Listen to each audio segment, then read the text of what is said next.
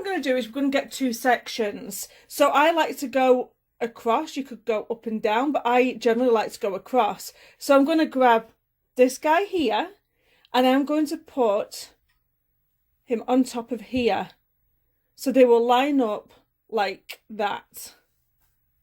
So we're going to head over to sewing machine. Another thing that I like to do when I personally do some quilting is I like to lower my stitch length. So I'm going to put it to a 2.0. Another thing that I like to do is attach my 1/4 of an inch foot with guide. This has a little guide on the side and it helps me keep my 1/4 of an inch perfect. And my needle is a 90-14 needle. Now I have my two pieces of fabric side by side and I'm going to put it to my needle and I'm going to lower my presser foot.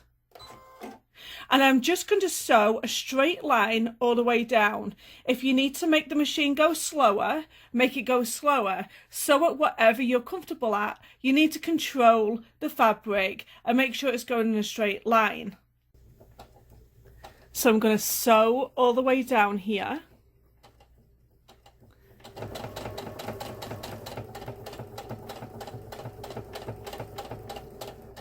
So this is the first part of my 4 patch quilt block. From this stage we're going to open it up.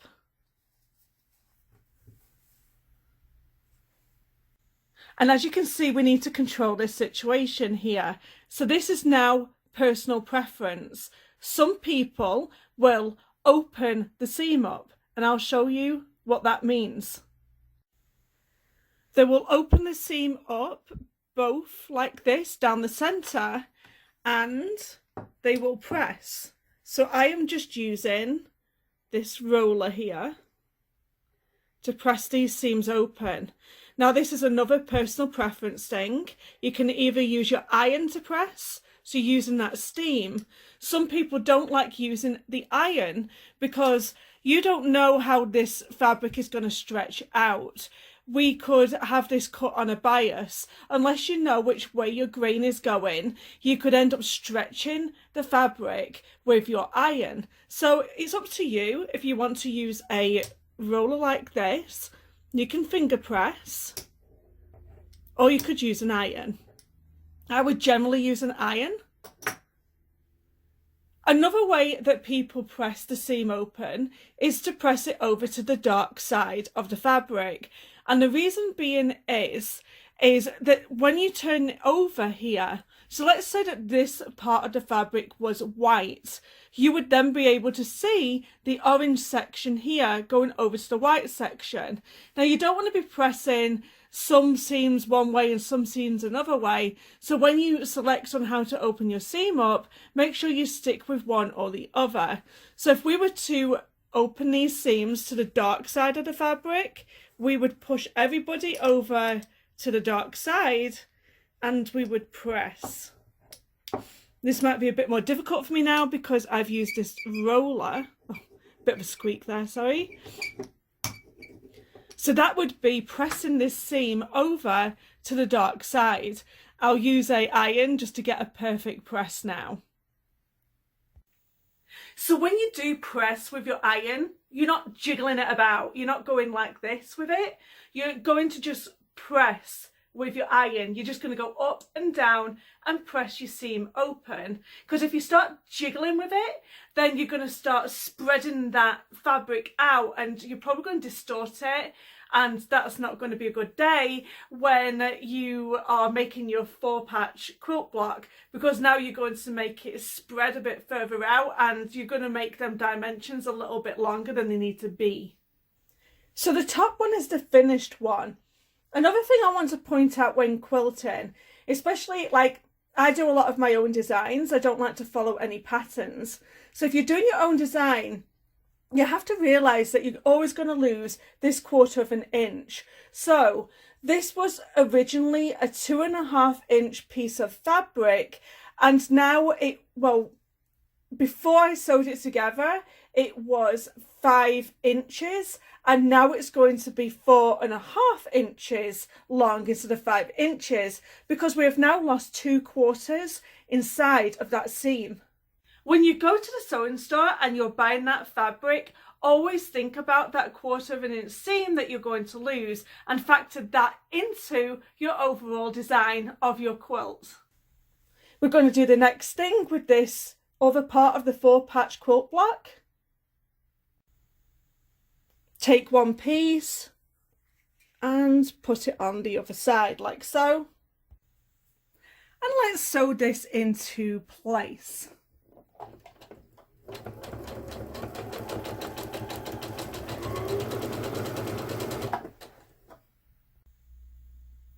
We are over at the iron.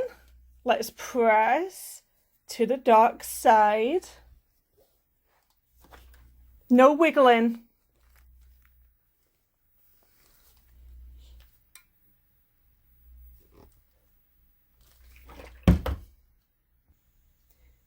Here we have it. We nearly have our 4-piece quilt block.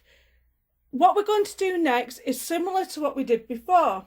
We're going to take this section here and we are going to put it on top of the other piece. However, there's going to be one thing that we're going to look at.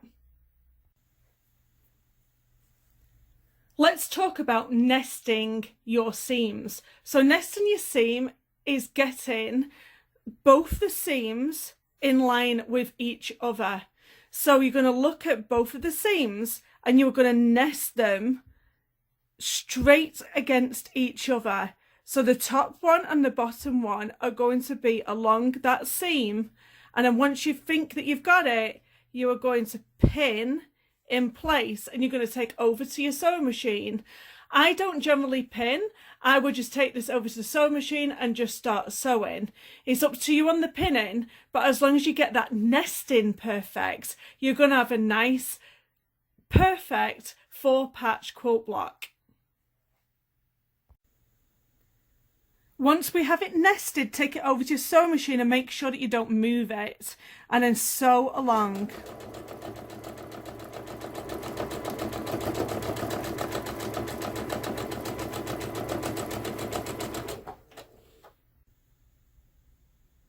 And here we are. This is our 4-patch quilt block, and I'm pretty proud of that actually, because that's pretty spot on.